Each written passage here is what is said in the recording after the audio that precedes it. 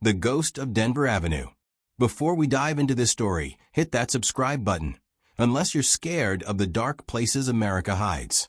Like, comment, if you dare. The screen fades to black. Denver Avenue was the kind of street where secrets lived longer than the people who kept them. At 2:14 a.m., under an orange street lamp flickering like it was shivering, a black SUV sped down the narrow alley behind a shuttered pawn shop. Its tires tore through rainwater and broken glass. Inside was a man the Denver Police Department had been hunting for nearly a year, Marcus Vex Vega, a name whispered like a curse in gang corridors from Chicago to Phoenix. Vex wasn't just a street figure. He was a strategist, a chess player who built an empire not from brutality, but from leverage. Every move he made felt calculated, almost practiced. And that's why the police had always believed catching him would require a miracle, or a mistake. Tonight, they got the latter. Two patrol officers, Martinez and Cole, were responding to a noise complaint a block away when they spotted the SUV barreling toward them. The moment Vega realized he'd been seen, he made a sharp turn, skidding onto a side street lined with abandoned row houses. The officers called for backup, but Vega was already halfway out of the vehicle, sprinting into a maze of crumbling brick and graffiti-tagged doors. Rain hit the ground in sheets. Every footstep echoed like a warning. Vex crashed into an old building whose windows had been broken years ago. Inside, dust floated through the air like slow-falling snow. The officers followed carefully, guns drawn, lights slicing through darkness. Then they saw him, standing in the center of the empty warehouse, back turned, hands raised. It was the first time Marcus Vex Vega had ever surrendered. Hours later, the interrogation room felt colder than the rain outside. Detective Rowan Hayes, a veteran with a scar that ran across his jaw like a permanent reminder, stared across the table at Vega. Hayes had chased the man for months, watched the crime scenes, the coded phone calls, the disappearances. But something about tonight felt different. Too easy. "You ran," Hayes said. "That's not your style." Vega smirked, leaning back. "Maybe I got tired of the view." Hayes didn't smile. He slid a file across the table. Inside were photos, surveillance shots, seized messages, maps with highlighted routes. "Your organization doesn't run without you," Hayes said. "You go down, the whole thing collapses." Vega shrugged. Maybe it's already collapsed. There was something strange in his tone, almost resigned. But Hayes didn't have time to dissect it. Prosecutors had mountains of evidence, enough to lock Vega away for the rest of his life.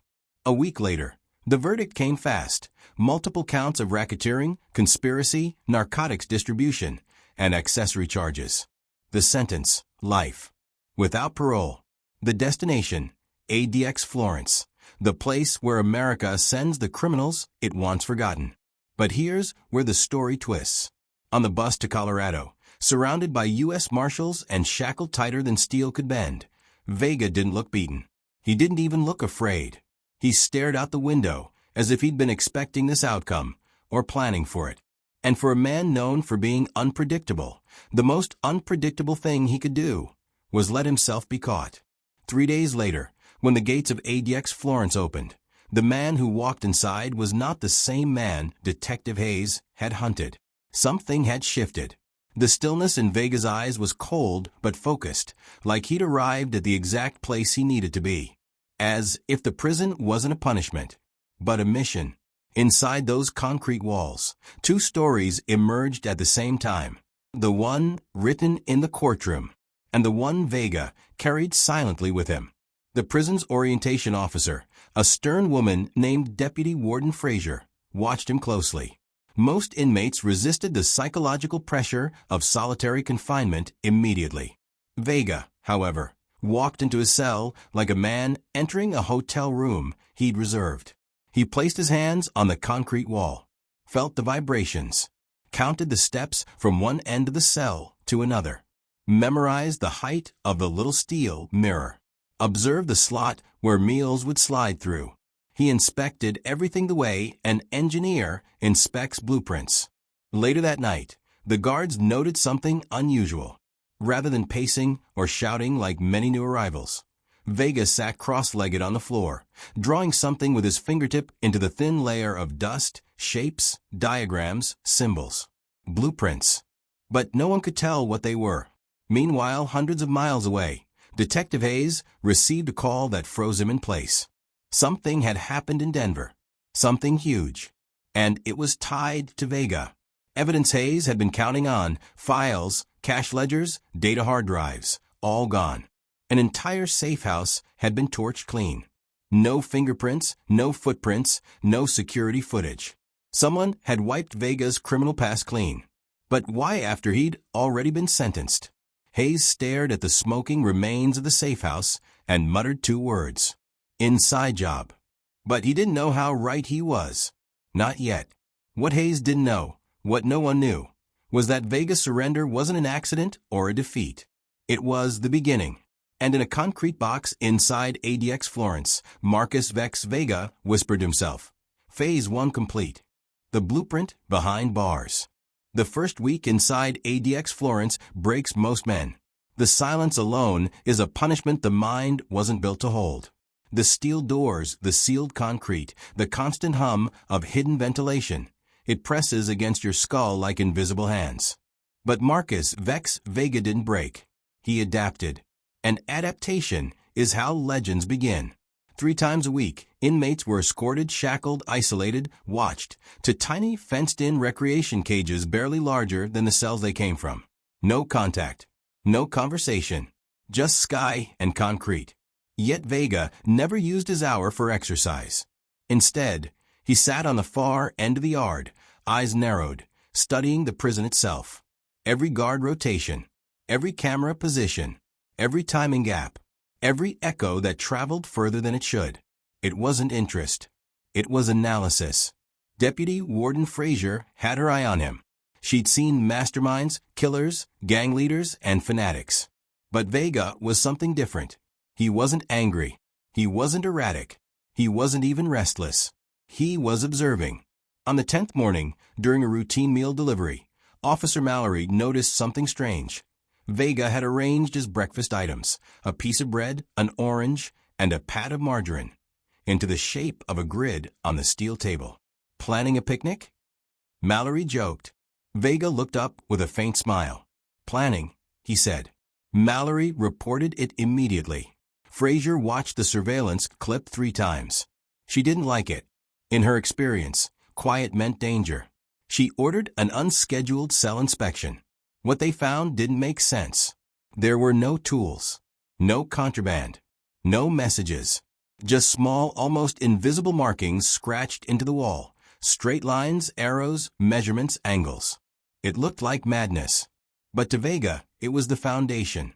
Meanwhile, in Denver, Detective Rowan Hayes was unraveling. Every piece of evidence that tied Vega to his criminal network had vanished. Burned. Stolen. Deleted. As if someone had followed Hayes' entire investigation and erased it step by step.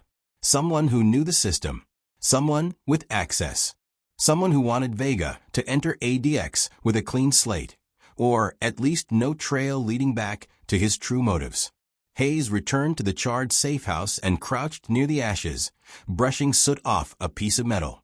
It was a hinge attached to what used to be a hidden lockbox welded into the floor. Whoever did this found it on the first try. That meant they had help. That night, Hayes received an encrypted email from an unknown sender. At first, he thought it was spam. But when he opened it, chills ran across his spine. It contained a single surveillance, still. A blurry nighttime shot of 2 figures entering the safe house hours before it burned. Both wore masks. But the vehicle outside?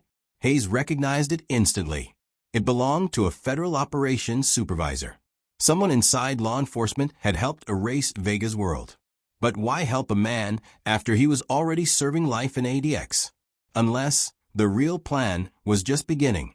Back inside the prison, Vega finally made his first move. During a brief medical exam, shackled, restrained, he asked a question that immediately triggered alarms. "What happened to C Block?" he asked calmly. "I heard it's under renovation." The nurse frowned. "How do you know about C Block?" "New inmates aren't supposed to." But before she could finish the sentence, Frazier stepped into the room. "Mr. Vega," she said, "you seem very interested in parts of the prison you'll never see." Vega smiled politely. "Curiosity is human nature." "No," Frazier replied. "Curiosity is a threat."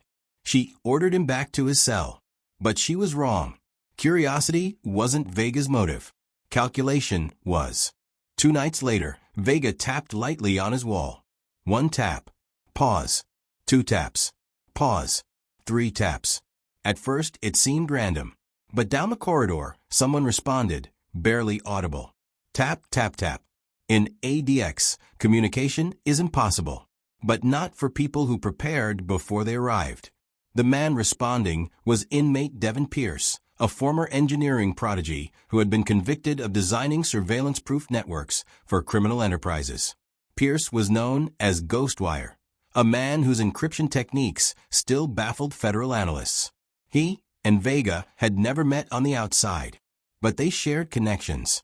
Connections that arranged for them to land in adjacent cells. Phase 2. Pierce tapped. Soon, Vega tapped back. And beyond the concrete walls, Hayes followed the encrypted email trail until it led him somewhere he never expected. A storage unit rented under a fake name, containing a single item. A binder filled with detailed architectural renderings of ADX Florence. Not public blueprints. Not leaked documents. Custom-made diagrams. Hand-drawn. Precise. And signed at the bottom. M. Vega. Hayes stepped back, heart pounding. Vega didn't end up in ADX by mistake. He planned to be there. But for what purpose? As Hayes stared at the diagrams, he noticed something that turned his blood cold. Vega had circled one specific area of the prison. The deepest, most fortified level. The Black Corridor. Reserved for the prisoners the government considers too dangerous to exist in normal confinement. Why did Vega want access to it? Who was he trying to reach? Or free? Or silence? At that same moment, 500 miles away, Vega whispered 3 words through the wall to Pierce. Phase 2 begins. And he smiled. Because for the first time since entering ADX Florence, everything was going exactly according to plan. The Black Corridor. Morning in ADX Florence never feels like morning. There is no dawn glow, no sunrise bleeding through windows. Just cold artificial light humming to life, as if the prison itself were waking up to watch its captives. But on this morning, the air felt different, charged, restless, tense. Marcus Vex Vega sat on the edge of his concrete bed, hands folded, breathing slow and controlled. Today was the day. Not escape. No, something far more calculated. Across the wall, Devin Ghostwire, Pierce tapped the signal they had practiced for days. Tap, tap, tap, tap. Vega responded with 2 short taps. Phase 2 was live. Deputy Warden Frazier sensed it before she knew it. A shift. A wrongness. She watched the monitors, brows furrowed. Inmates in C-Unit were too still. The silence felt forced, unnatural. Prisoners were unpredictable. Chaos was the norm. Quiet meant collusion. She ordered 2 guards to double-check the wing. As they approached Vega's cell, Officer Mallory glanced at the tiny steel-framed window. Vega sat very still, staring straight ahead, almost as if he were waiting for something. Mallory swallowed hard. "Vega," he said, forcing confidence into his voice. "You good in there?" Vega turned slowly, his eyes calm and calculating. "Always." Mallory felt his stomach twist. He hated that answer. The guards moved on, but they had already missed the first sign. Behind Vega's bed, hidden beneath flaking paint and concrete dust, was a hole no bigger than a pencil eraser. One Pierce had carved using nothing but a metal button, water, and time. Through it, a nearly invisible string of wire, smuggled internally, then extracted, connected their cells. Not enough to break out. Just enough to transfer information. Triggers.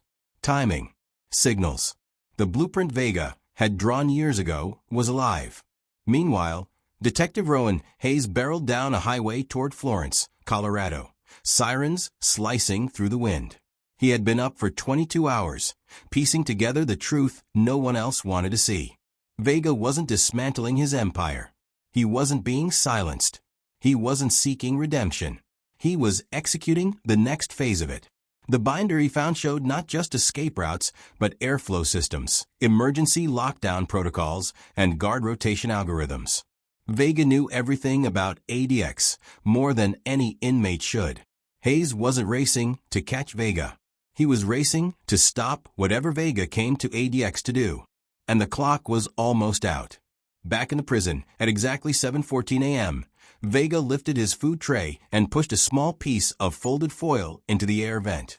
Pierce did the same. The foil papers, stripped from food deliveries, carried graphite patterns that acted like crude signal disruptors. A low hum vibrated through the walls. For 2 seconds, no more, the camera feed in their tier flickered. 2 seconds. Exactly the gap Vega predicted. 2 seconds was all they needed. Pierce slid something through the wire hole, a folded strip of paper, coated in a mix of soap and ashes to make it flexible. Vega unfurled it with steady hands. Inside was a list of 3 inmate names. Black Corridor inmates. All men who once controlled empires of crime, corruption, or influence. All men whose silence kept a dozen criminal networks from rising again. All men Vega once worked with or against. One name had a red mark next to it. Vega whispered it under his breath. Solomon Gray, a former intelligence operative turned underground strategist, a ghost in every sense. Gray had built operations in 3 continents before being captured and entombed in ADX's deepest level. For years, the government claimed he had gone insane. But Vega knew better. Gray wasn't insane. He was waiting. And Vega needed to reach him. Not to break him out. Not to kill him. But to activate him. At 7:16 a.m., Frazier noticed the flicker. 1 second of static on C-unit cameras. She leaned forward. Another flicker. 2 seconds this time. Her heartbeat quickened. Lock down C-unit, she ordered. Now. Sirens blared. Steel doors slammed. But Vega smiled. He knew the protocol. Locking down C-unit meant diverting 3 guards from the lower levels, specifically from the corridor leading toward the service elevator. Exactly what he needed. He stood, stretched his fingers, and waited for the final move. Hayes burst into the administrative wing of ADX, panting, badge out. Where's Frazier? He demanded. Now. They rushed him to the surveillance center, where Frazier stood frozen before the screen. Vega stared up at the camera, smiling. Hayes felt the bottom drop out of his chest. Oh God, he whispered. He's not trying to escape. Frazier shot him a look. Then what the hell is he doing? Hayes swallowed. He's going deeper. Frazier's eyes widened. Black Corridor. Hayes nodded slowly. He's going after Solomon Gray. At 7:19 a.m., a guard responded to what he thought was a medical emergency in Pierce's cell. Violent shaking, gasping, convulsing. A perfect performance. And a perfect distraction. As the guard crouched to help Pierce, Vega quietly stepped forward, hands behind his back, waiting. The guard glanced into Vega's cell, empty. What the? The guard looked down. Vega was lying on the floor, unconscious. Or so it seemed. The guard cursed, reaching for his radio. That was Vega's cue. He lunged. 2 movements. No weapon. Just precision. He didn't harm the guard, only knocked him back, grabbed his wrist device, and activated an emergency override. The doors to the lower tier clicked, unlocking for exactly 4 seconds before sealing again. 4 seconds. Just enough for Vega. He was gone. He reached the lower stairwell, footsteps silent and controlled, descending deeper than any inmate had gone voluntarily. Deeper than any inmate was allowed. Level by level, the prison grew colder, quieter, thicker with dread. Then he saw it. A door with no label, no window, no markings. Just a number etched into the steel. 0 to 9. The Black Corridor. Vega placed his palm against the cold metal. On the other side of this door was the man he'd come for, the man whose mind could resurrect an empire or burn one to ashes. And Vega whispered, almost reverently, "It's time, Solomon." As the red light above the door flicked from lock to open, triggered by the stolen wrist device, Vega stepped forward and vanished into the darkness. They thought ADX Florence swallowed men whole. But Marcus Vex Vega wasn't disappearing. He was ascending, becoming something far more dangerous. A legend built in concrete and silence. And the world had no idea what was coming.